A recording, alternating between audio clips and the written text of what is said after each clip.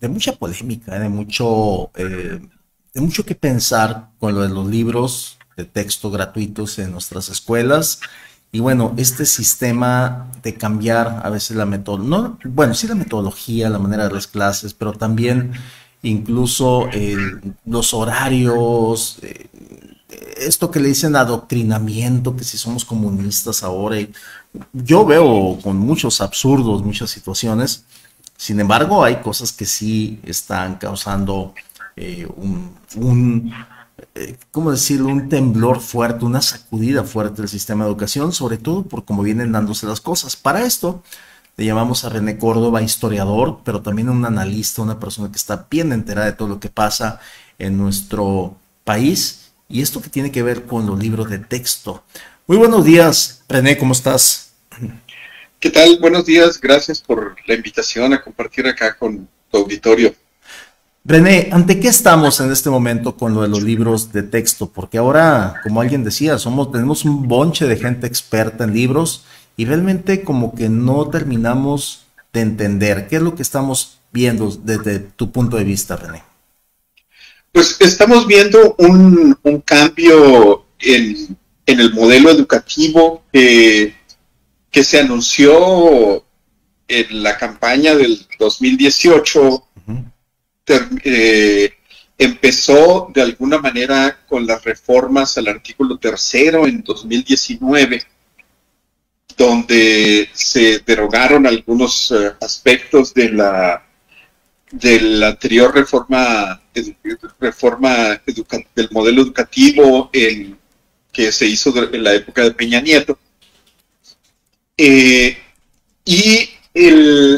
hay cosas en esa reforma constitucional que se están aplicando ahora a los libros de texto en lo que se ha dado en llamar la nueva escuela mexicana, Ujú. que es un cambio de paradigma educativo, mientras que en lo que va de este siglo, el modelo educativo era el modelo de competencias, ¿sí? Enseñar capacidades a los estudiantes, que es un modelo que de alguna manera se tachó de neoliberal porque solo iba hacia las competencias laborales y se redujeron mucho la parte reflexiva Ujú. y de comprensión. Y ahora la nueva escuela mexicana plantea un cambio de paradigma que va enfocado a lo que en pedagogía se llama la escuela crítica, que tiene que ver con Paulo Freire, con una idea de que el conocimiento no se produce ni se apropia de manera individual, sino de manera colectiva, y que el contexto en el que viven las personas, en el que viven tanto los estudiantes como los profesores y los padres de familia y las comunidades que rodean a la escuela, son significativos.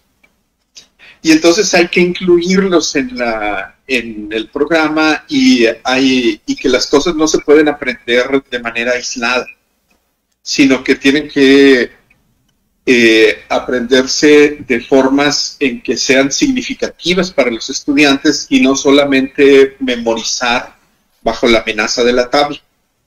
Ujú. Entonces esto, aparte de incluir avances como los que son los que han escandalizado más, ¿sí? Que tienen que ver con los tipos de familia existentes, el modelo de familia tradicional que surgió con la revolución industrial en el siglo XIX y se empezó a desmoronar en la Segunda Guerra Mundial, o sea que duró cerca de un siglo, ya no existe en México. ¿Sí? Ya las familias de papá, mamá, hijo forman poco menos de la mitad de las unidades domésticas Ujú. en el país. ¿Sí?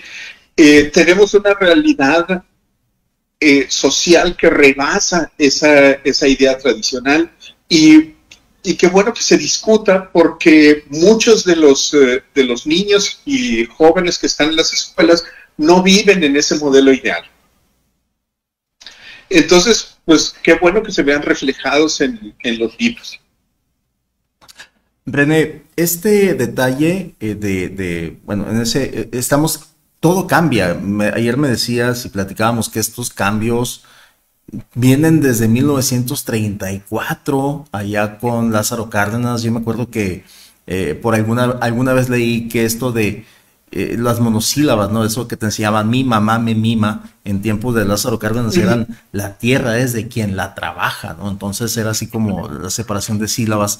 No es nuevo, estamos ante nada más una nueva etapa donde por mucho tiempo en México pareciera que no pasa nada y ahora que están sucediendo cosas, pues obviamente las resistencias al cambio, las resistencias a nuevos modelos, pues se plantean de manera fuerte en ciertos sectores de la sociedad.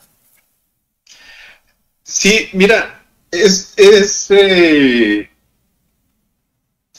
se está politizando, por un lado dicen, se está politizando la discusión sobre los libros de texto, pero la escuela pública es un asunto político. Ajá. Hace 2500 años, Platón escribió un libro que se llamaba La República, donde señalaba la importancia de que la polis asumiera la educación de los niños. ¿Sí? No hay asunto más político que la educación pública, no hay asunto más público que el contenido de la educación primaria. Porque es, además en México, desde hace muchos años, un tema que cubre las ideas en las que se forman todos los estudiantes, tanto en escuelas públicas como en escuelas privadas. El asunto es que cambió el modelo. ¿Sí? Así como en 1860 los conservadores perdieron la guerra de los 3 años frente a los liberales y cambió el modelo de país hacia un modelo laico y empezamos a construir un país donde hay una separación entre la iglesia y el Estado. Sí. Y esto hay que mencionarlo porque hay gente a la que se le olvida. En 1934, en 1917 se incluyó en el artículo 3º la rectoría del Estado sobre la educación. Ajá. En 1934, en la época de Cárdenas, se generó el modelo, una nueva reforma que era la educación socialista y se incluyó también no solamente esos temas, sino también el tema de la educación sexual. El Estado asumía la obligación de enseñarle a los niños no solamente biología, de dónde están los ojos y cómo funciona la retina y cómo funciona el hígado, sino también cómo funciona la reproducción humana. Estamos en el siglo XXI y yo me acuerdo, yo soy hijo de la reforma educativa hace 50 años. Los libros de texto incluían los libros de 6º año, sí, incluían un diagrama de los órganos sexuales masculinos y femeninos. Y hubo una gran discusión sobre qué iba a pasar, sobre el derrumbe de la sociedad, porque a los niños les enseñan eso. Ahora no se trata, estamos en el siglo XXI y entendemos que la sexualidad no se trata solamente de un asunto reproductivo. Y eso hay que discutirlo en los libros de primaria. Okay. Sí, entendemos también que porque ya se han hecho encuestas y se han hecho estudios, primero que los niños están explorando niños y jóvenes están explorando su sexualidad a una edad cada vez más temprana. Y vivimos en un ambiente de medios altamente sexualizado. Sí. Entonces, la decisión es, vamos a dejar que la educación sexual la hagan los canales de pornografía o lo vamos a discutir en los salones de clase. Okay. Porque los padres de familia tienen desde 1934 diciendo la educación sexual la vamos a hacer en casa. Y no se hace. Y no se han hecho, pues. De acuerdo. René, ¿cuál es tu pensamiento tu punto de vista con respecto a esta, lo más inverosímil que pudo haber sucedido, sucedió?